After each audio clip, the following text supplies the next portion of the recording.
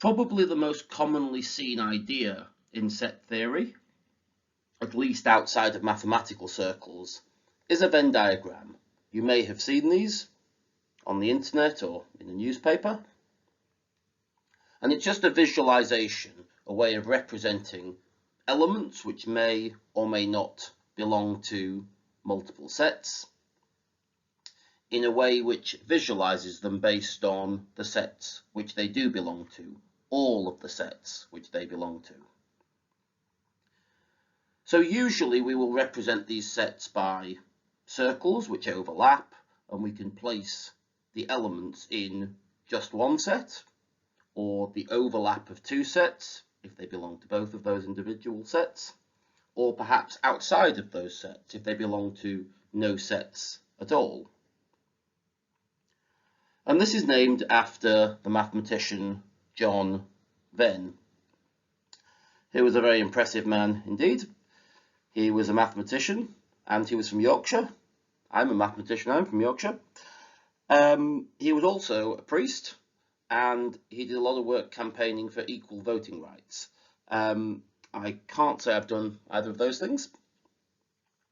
Although I should confess that although I've placed him in the intersection of all four sets because he was all four of those things, I've cheated a little bit because technically that is not a correct Venn diagram for four sets, because not all possibilities exist. You can draw a Venn diagram for four sets, but you can't do it with circles. You need slightly more complicated shapes.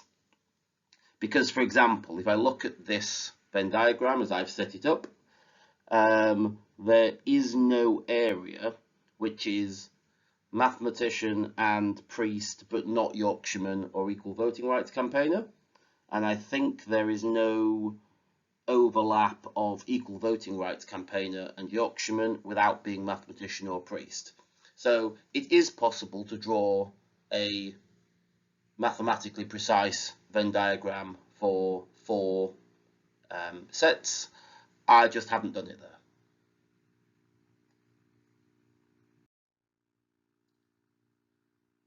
For an example, I will return to one thing we discussed in the video on introducing set theory.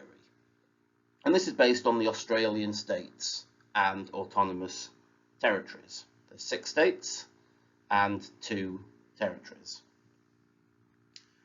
So I'm going to define the set S to be the set of states, which are New South Wales, Queensland, Victoria, South Australia, Western Australia, and Tasmania. I'm also going to introduce a set W, being places, so states or territories, that have a multiple word name. So New South Wales, 3 words, South Australia, 2 words, and so on. So the places which have multiple words in their name.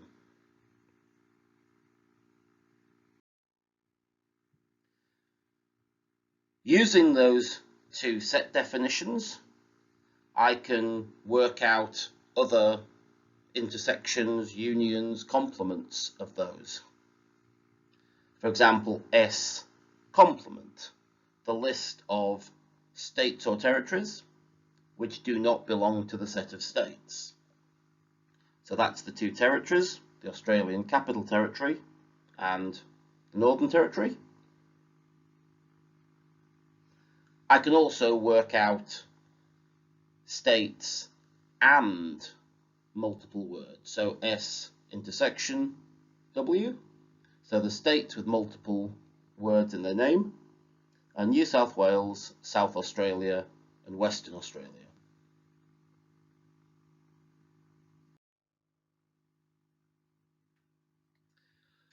So if I want to put these on a Venn diagram, some of them are a bit too long, but there's common abbreviations of the states and territories.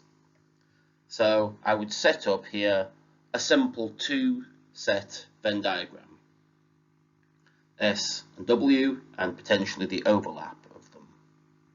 So what we would get here is I make sure there's 6 elements in the set of states, which there are, Victoria, Queensland, Tasmania, New South Wales, South Australia, and Western Australia, of which 3 of them also belong to the set of states or territories with more than one word in the name.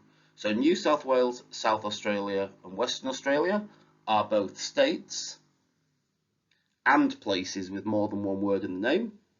Victoria, Queensland, and Tasmania are states that don't have more than one word in the name. And the Australian Capital Territory and Northern Territory have more than one word in the name, but are not states. And there is nothing outside of these circles. There could, in theory, be if there were something that wasn't a state and didn't have multiple words in its name. For example, a territory with a single word in its name. But there aren't any of those, so the area outside these 2 circles is empty.